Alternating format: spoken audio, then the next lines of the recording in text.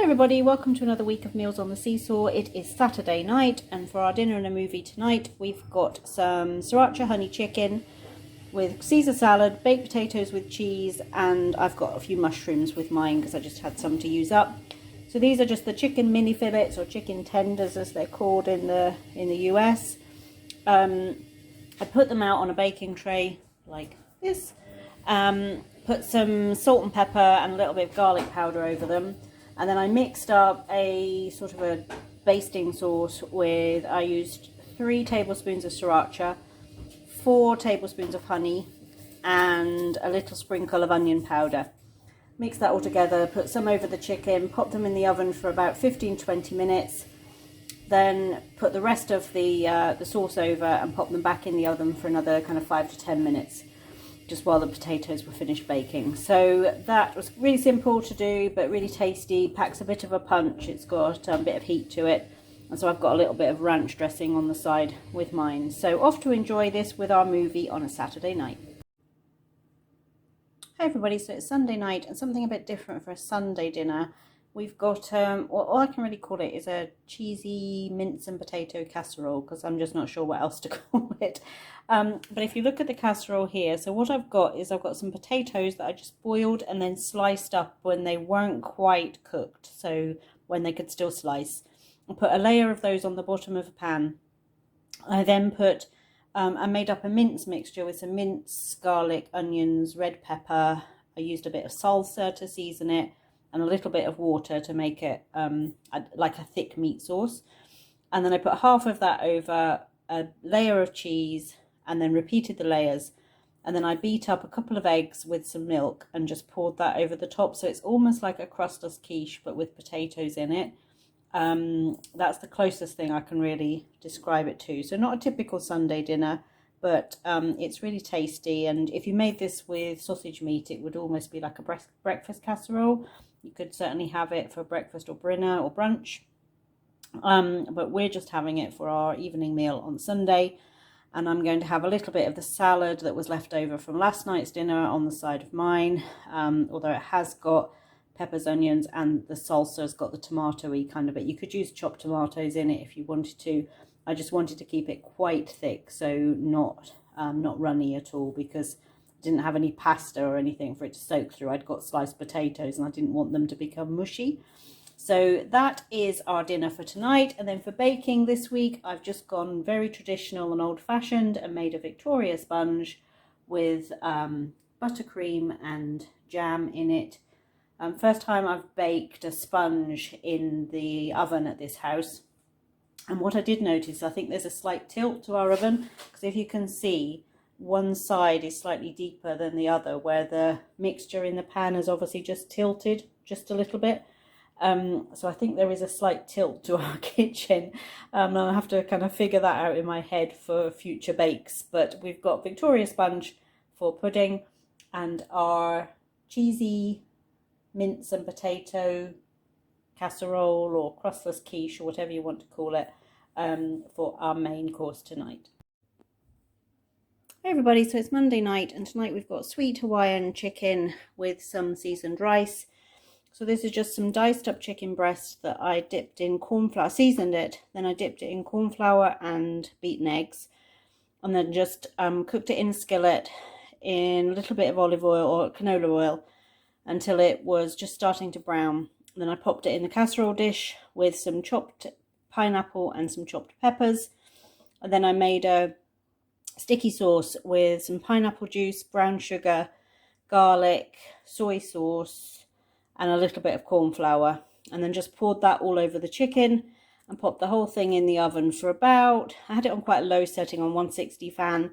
I didn't want it to burn, but I wanted it to crisp up nicely. And so I probably left it in there for about 45 minutes. So after about 20 minutes, then I got the rice cooking, so it was all ready together. So off to enjoy this on a Monday night.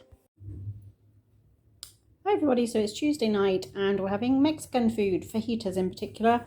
So Caleb's got his best friend for a sleepover tonight, and it was his choice to have, his friend's choice for fajitas. It's one of his favourite meals apparently, and he asked if we could have it for dinner tonight. So that's what's on the menu, and we're doing it in 2 settings tonight because the boys had theirs quite early they were getting hungry. So I had 2 of the fajita kits just to make it simple and keep things cooking quickly tonight.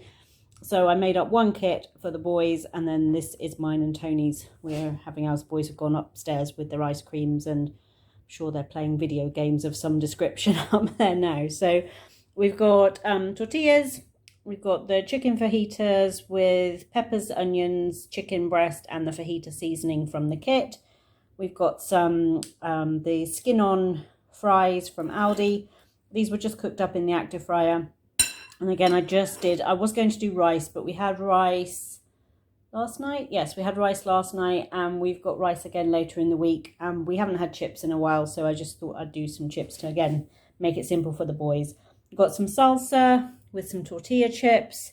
I've got some avocado to have with mine, and then cheese. We've got some crumbled up Wensleydale cheese, which is the closest kind of crumbly texture and taste that I can find to the Mexican cheese that you get on Tex-Mex style food, so tacos and fajitas and things in the parts of the States where I lived.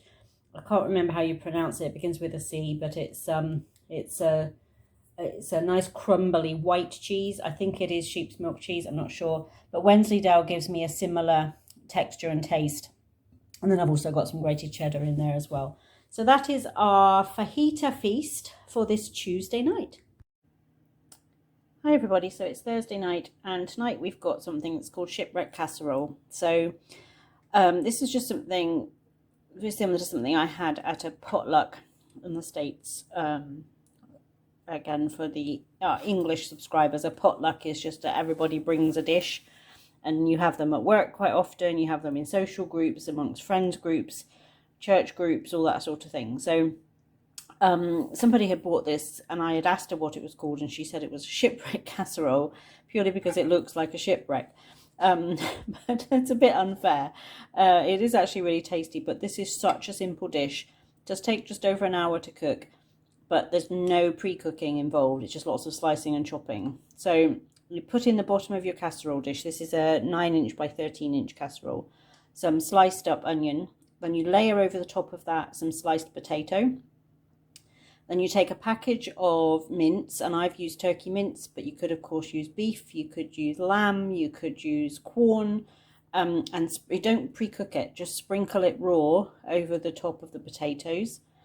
Then you sprinkle over that about a 1/2 cup of long grain rice, again not cooked, just raw rice. And then on top of that, you put some other sliced vegetables, so whatever you want. I've got some carrots on here, and I've also got a little bit of chopped celery as well. Then you take a can of condensed tomato soup, and you mix it with a can of the water. So you take out the soup, fill the can with water, and mix that in with the soup, and just pour that gently all over the top. Put foil on the top of the casserole dish, and you want to bake it at about 170 fan, 180 Celsius for just over an hour, somewhere between an hour and a half. You want to give it plenty of time, because if you take it out beforehand, you're not pre-cooking the meat, so the mince would be a bit crunchy still, the potatoes would be crunchy, and the rice would not be cooked. So you want to give it plenty of time. And then I've just sprinkled a little bit of parsley over the top. But if you look in there, you've got those layers of, you can see some potato in there. You've got, there you go, in the bottom there, you've got the onion, you've got carrots, there's a big piece of potato there. You've got the mince and the rice as well. And then you've got it all combined together with this nice tomato-y kind of gravy. So something a bit different for a Thursday night. We're just about to start the long Easter weekend here in the UK. So we've got Good Friday tomorrow, then Easter weekend, and the Monday, Easter Monday bank holiday. So we don't go back to normal now until Tuesday of next week. So quite looking forward to a nice break. But we're off to enjoy Shipwrecked Casserole on a Thursday night. Hi everybody, so it is Friday evening and we're ending our week and starting our Easter weekend with a Brinner. We haven't had one for a while, I think since we were on holiday at Christmas time, so just thought we'd have this tonight. We were going to have the salmon, but then my mum came and had a few hours with us during the day today, She's quite elderly and she's quite disabled. So at this house, it's far easier to bring her in because there's not steps and things for her to navigate. She has a walker and things. So we brought her over for a few hours this morning, and then she stayed and had some lunch with us. And so I just made the salmon. I made a really light lunch with the salmon and some new potatoes and some vegetables. So that was really early. That was kind of 12:30 time. And so we're having the Brinner tonight instead of having brunch this morning, and the salmon tonight. So we have got sausages, chipolata sausages, bacon, medallions.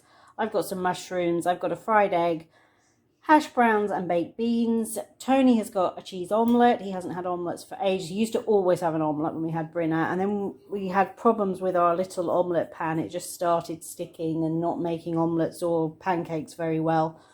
And we replaced the pan, but he never went back to having omelette. So he decided he would have one tonight, and then he's got bacon and sausage and beans to add to his plate. And then Caleb's got the same, except he's got double fried eggs, 2 sausage, 2 bacon, 2 eggs, 2 hash browns. It sounds like a cafe breakfast order, doesn't it? And he won't have the beans, obviously, but he'll have ketchup with his. So that is our Friday night Brinner to start a nice relaxing Easter weekend. Looks like the weather's going to be quite nice, and I hope that's the same wherever you are. And we've got a couple of things planned for the weekend, but nothing too major. So we're actually just going to be kind of enjoying our home and enjoying just spending some family time together, which is often just a nice thing to do. Anyway, thank you for joining us for this week of meals, and we look forward to seeing you back here on the SeeSaw soon.